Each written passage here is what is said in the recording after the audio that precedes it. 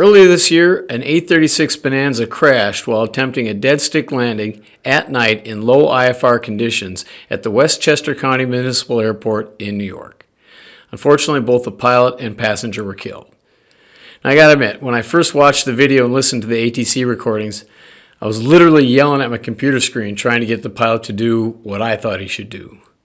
But I've since watched it a couple more times and come to the realization that the pilot was just doing the best he could when faced with probably one of the scariest scenarios a pilot can face, a night IFR dead stick landing. Now, I don't mean to pick the pilot's performance apart here. He did the best he could, and it's actually not too bad, but it unfortunately didn't work out. And when I show you this video and kind of take you through it sort of step by step just to see if we can maybe learn something from what happened. 19 Mike Tango, New York. Just confirm you're on a 360 heading, climbing to 8,000. Leaving 3,700 for 8,000 and 360 heading. So the controller here is checking to make sure the pilot knows he's supposed to be climbing to 8,000 feet because he sees his climb rate is so slow. I mean, he's only doing 200 or 300 feet a minute. And the pilot's got to know something's wrong too, because an A36 in the wintertime, this is January it happened, even at max gross, should be climbing at 800-900 feet per minute, 1,000 feet per minute, maybe more, even if he's doing a nice, easy cruise climb. So he's got to be concerned at this point. Number 19 Mike Tango, proceed direct to Sparta. Just maintain your best rate of climb all the way up to 8,000. Okay, direct Sparta all the way up to 8,000. I'm doing my best here. Thank you.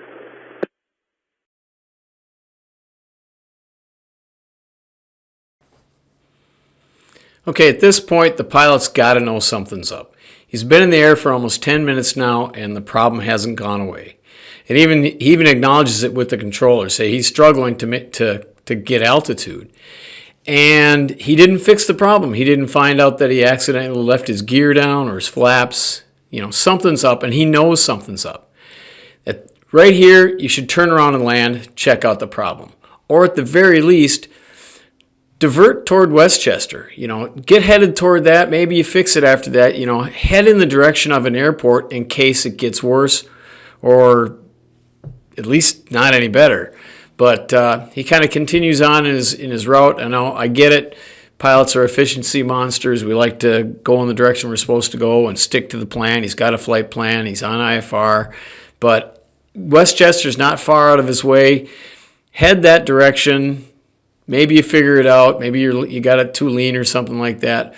But don't just keep going on hoping it's going to fix itself.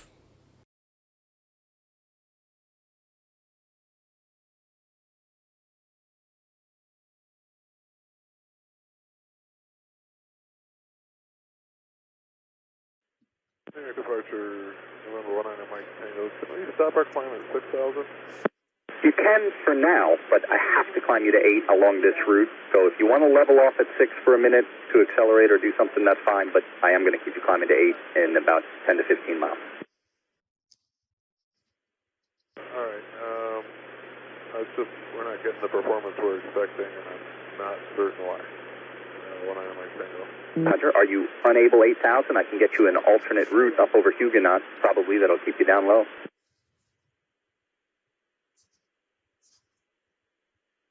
I also understand why we're only climbing at about 200 feet per minute, and that's the reason why we shouldn't be. So 8,000 is going to take a long time to get to 19 Mike Tango. 19 Mike Tango, Roger. And you think you might have an issue, or is it just you're not sure what's going on? What's going on? I don't see anything on the instrumentation at all, except for lack of vertical speed. Number 19 Mike Tango, the Westchester County Airport's right off your right wing if you want to land and check it out. Near departure, we have figured out the problem. I've got a dead cylinder, so we would like to go to Westchester, and I'll take vectors for that. November 19 Mike Tango. 19 Mike Tango, you're clear to the Westchester County Airport via radar vectors. Turn right, heading 340 and maintain 5,000. Right 340, maintain 5,000, 19 Mike Tango. 19 Mike Tango, they are landing runway 16, so you can start planning the ILS runway 16. It's going to take me a minute to get things changed around here. It's all good, take your time. 19 Mike Tango, are you declaring an emergency? Not at this time. Roger. Just to verify, that's Hotel Papa November, 19 Mike Tango. 19 Mike Tango, affirmative. Hotel Papa November, and they're using the ILS for runway 16. Alright, using ILS 16. 19 Mike Tango, when you can, make a right turn heading 340. Looks like I see you doing it now. I am declaring an emergency. Our oil pressure is dropping. 19 Mike Tango.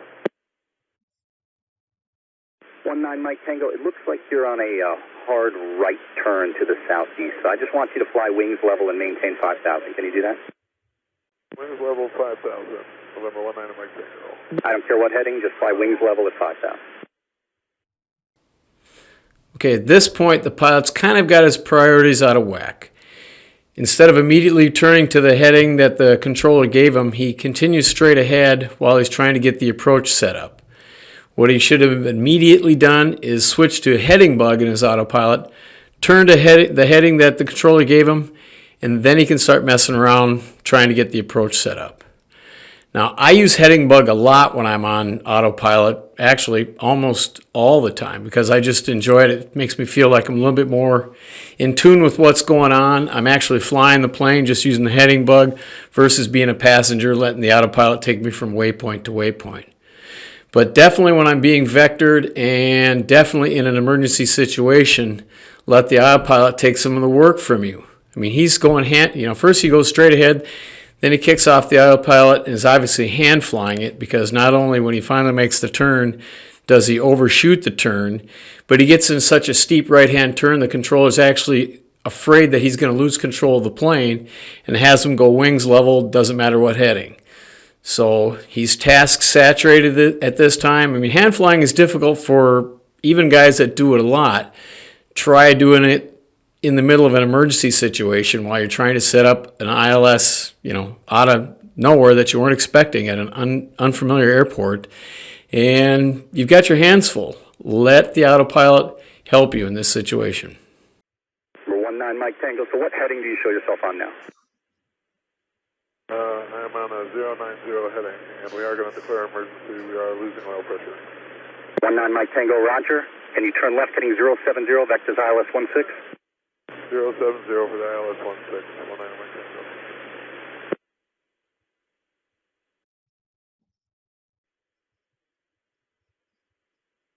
19 Mike Tango, understand you're losing oil pressure? Yes, we are losing oil pressure. This is an emergency. 19 Mike Tango. 19 Mike Tango, roger. I'm vectoring you. You're right overhead the Westchester County Airport now, so I'm going to put you on a left downwind for runway 16. Okay, vectoring me for a left downwind for runway 16, 19 Mike Tango. 19 Mike Tango, heading 360 and maintain 3,000.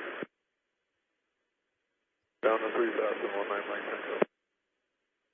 Number 19 Mike Tango, the bases at Westchester are reported at 300 feet. I flew that ILS a couple weeks ago, so we'll try for it.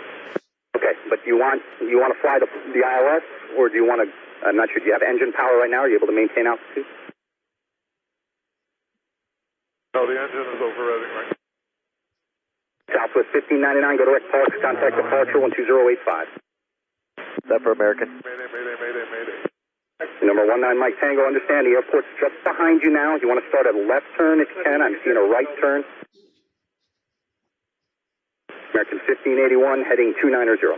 290, American 1581. And Center, was that for American 1599 to direct park in 2085? American 1599, all is correct. 12085, direct park. All right, good luck.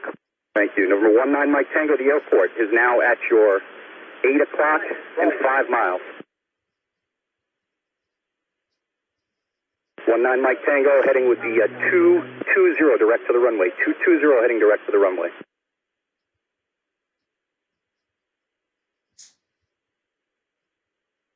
American 1581, go direct Biggie, contact departure 12085.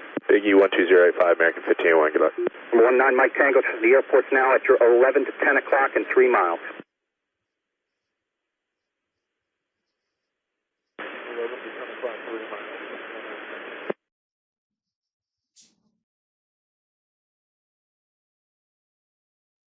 The airport's now 12 o'clock and just under 3 miles now. 19 Mike Tango, you're set up perfectly for a left base to runway 16. 11 o'clock and just under 2 miles. 19 Mike Tango, you look beautiful for the left base for runway 16. Airport's at your 10 o'clock and 2.7 miles. I've got 2,300 feet of altitude. Understood, yes. 19 Mike Tango, thank you. The airport's at your 9 to 10 o'clock and 2.4, so you're looking really good for that left base. Again, the bases are reported at 300. You didn't give me those vectors because I can't see a thing up here. I understand. You want to turn back to the right now. That left turn you just did there, you want to turn back to the right, heading 2, maybe a 230, heading to set you up for the final. Winds are 110 at 7.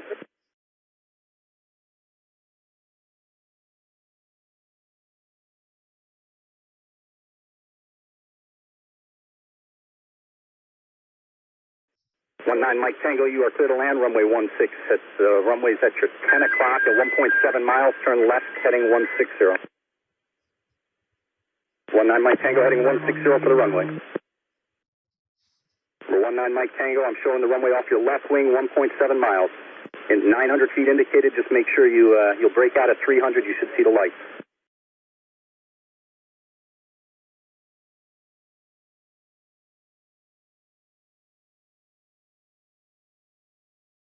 19 Mike Tango, the airport's now at your 10 to 11 o'clock and 1.6 miles.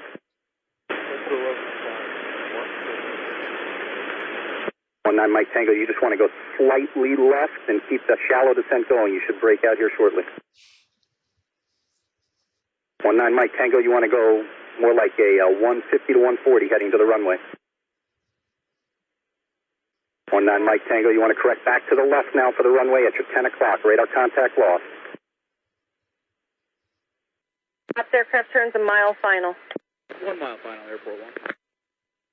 19 Mike Tango, the runway's at your 10 o'clock in less than a mile. 9 Mike Tango. 19 Mike Tango, radar contact lost. 19 Mike Tango. November 9 Mike Tango. Any word from him? I don't have anything on the aircraft right now. Does anyone, if you're on frequency, do you hear any ELCs?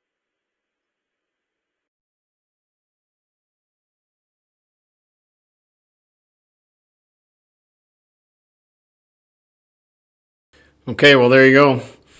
They hit a small hill with trees on it just a half a mile from the end of the runway. If they'd have had just 30 more seconds in the air, they would have made the runway, or at least the lake leading up to the runway. But unfortunately, the pilot made one last fatal mistake, and that was being late on the turn to final after the controller told him to. And in that situation, you don't get many mistakes. And like I said, I'm not here to pick the pilot's performance apart. It's pretty easy for me to sit here in my office 10 months after the fact and tick off all the things he did wrong. I mean, that's probably got to be one of the scariest situations a pilot can ever face. Single pilot, night, IFR, dead stick approach. Man, only fire in the cockpit would be worse. But we can learn some stuff from this. Number one, if you got a problem with your airplane, you got a performance issue, land and check it out. Or at least get headed in the direction of safety. Point toward an airport while you address the problem. If you get it fixed, great, continue on your way. But if it gets worse, at least you're headed towards safety. Number two, use the heading bug feature on your autopilot. It will greatly reduce the workload in your situation and allow you to do other things. You can set up the approach. You can troubleshoot. You can get maps out and see what else is going on. Maybe you can find a different place to go. But trying to hand fly like that, I mean, hand flying at night IFR single pilot is tough enough. You know, in that situation, pretty damn task saturated. All right, well, if anybody out there has any thoughts or ideas, please put them in the comments below. I'm here to learn just like you guys. Appreciate you watching the video. Don't forget to support the channel by subscribing and liking, and keep your speed up.